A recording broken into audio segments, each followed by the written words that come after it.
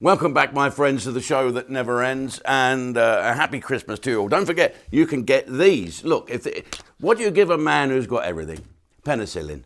That's it. Boom, boom. Have a look at this. Cinderella Live. That's the greatest. That's sold over 2 million DVDs worldwide, that you know, and I'm sure it's down to Charlie Drake being great, right? But I wrote his words, so it doesn't matter. Cinderella 2. That was after Charlie Drake died, and so did the writer. Me and my co-writer of Cinderella 1. They both got ill and died, and it was their ghosts that made me so filthy, and that's Boobs in the Wood. And before you ask, yes, most of them I did. Right, okay then, everybody. If you can get these by going to our shop, which is www.ustreamnews.com/shop. It always makes me laugh, that /. I remember my father saying, my dad was an old Scotsman, you know. My mum said, Jock, a Sambo had a wee. That was the dog. And he had a couple of slashes. I thought that was quite funny. First time I'd ever heard that, having a slash. And of course, rhyming slang for having a wee is having a Fraser. I bet you don't know that one, do you? Fraser Nash was a motorbike. Fraser Nash slash. Fully useless remarks like that. Anyway, right, ladies and gentlemen, what's everyone talking about today? Meghan and Markle. Harry and Meghan Markle. When I first heard that he'd married Meghan, he ain't married that old woman from Germany, has he, Harry? I like Harry, as you know. I think that he's on a roller coaster ride, which he can't get off until it stops somewhere. But I won't watch that documentary. I can't bring myself to dislike him. And I think it will make me dislike him because I think of her, really. I mean, she does go on a little bit. And I heard Harry on the wireless this morning talking about the difference between his wife and other royal family's wife is the racial thing. Well, come on. Surely we've gone past that now. So I won't watch this because I won't have it. People are too quick to play the race card. And who was I talking to last night about that very same thing? I was at a party last night for His Majesty the King and Her Majesty the Queen Consort, who had a bit of a do for their workers and people and whatever. I was lucky enough to be able to pop in and say hello. And I bumped into some fascinating people, including Grace Jones.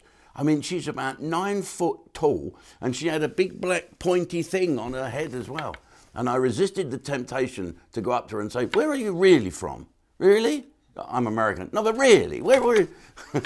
No, I didn't do that. And there was a few eyebrows raised, but everyone was giggling a little bit like this. But I bumped into the most amazing man who's promised to buy me lunch and pick my brains about a few things.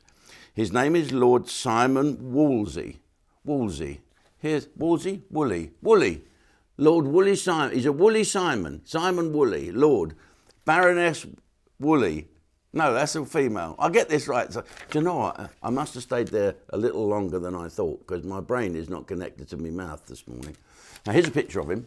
And we had a little chat and we got on great. And he does lots and lots of things in the House of Lords and the government on behalf of race relations and human rights, of which I would normally be the Antichrist and he would be the Antichrist to me. Not because I'm a racist, no matter what people say, you know yourself deep down. It's because I think there's too much of this played as an excuse.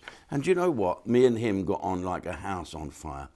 And we talked about the incident with Marlene and how the palace handled it. We both agree that it could have been handled a lot better because I think the two, one side and the other, have just created more bigots. And he said, do you think so, Jim? I said, I know so. I'm the king of the bigots.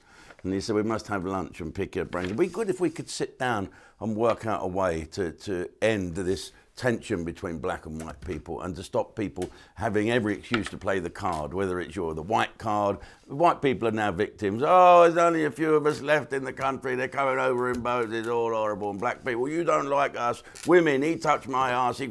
If we can find a way of stopping all this nonsense, wouldn't it be good? Like Star Trek, The Next Generation. Do you know why there's no Crystal Palace fans in Star Trek? Set in the future. Here we go. Right. Let's move on to my next... Right, so we've got Meghan and Harry on the television, which I won't watch, and everyone seems to be talking about it. And a little headline like that, a couple of things today. Matt Hancock has left Parliament now. I think that's what's did it.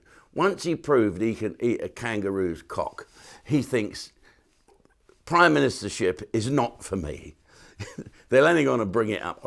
Oh, he never brought it up anyway. But he is leaving. I wonder what he's going to do. I think he's going to be on Love Island soon, and he'll be wearing a syrup, fake tan, all bronzed up, and saying it's not my fault I fell in love. Well, good luck to you. And before I leave you today, think of this fella. Think of this bloke that made a little tiny bit in the paper. I've got his proper name here. No, I haven't. Johnny Johnson. Do you know Johnny Johnson? There was a Johnny Johnson and the Bandwagon. You never heard that song? Breaking down the walls of heartache. And there's a rude line in there that sounds like, well, I won't go into it. But anyway, Johnny Johnson was one of the last surviving members of 617 Squadron, the dam busters that flew out and blew up all those dams and were very, very brave with that bouncing bomb. There was a joke, wasn't there? The Irish Air Force invented a bouncing bomb and it blew up all their bombers because it bounced a bit too far back. I never quite got that joke, that's why I never told it. But yeah, Johnny Johnson, the last surviving member of 617 Squadron, led by Guy Gibson, who had that strange dog by the name of N-Word. What a strange name to call your dog. N-Word! But there you go. So rest in peace, Johnny Johnson, a great British hero. Right, let's go over to Ustream and I'll have a moan.